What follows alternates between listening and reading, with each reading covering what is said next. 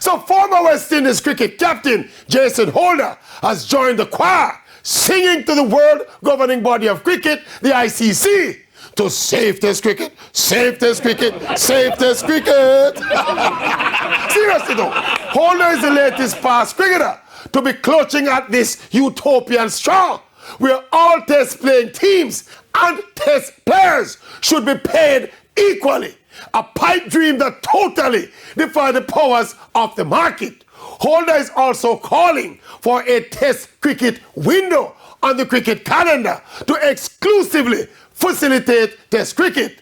But with all that chanting and chirping by Jason Holder, the former world #1 all-rounder has failed to mention the simple but critical fact that Test cricket is rapidly losing its appeal, while the other formats of cricket, especially T20 cricket, is in the ascendancy, attracting and rewarding all the top talent in the world handsomely.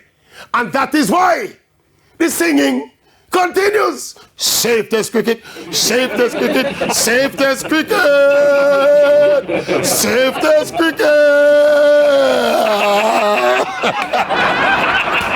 Thank you, thank you, thank you.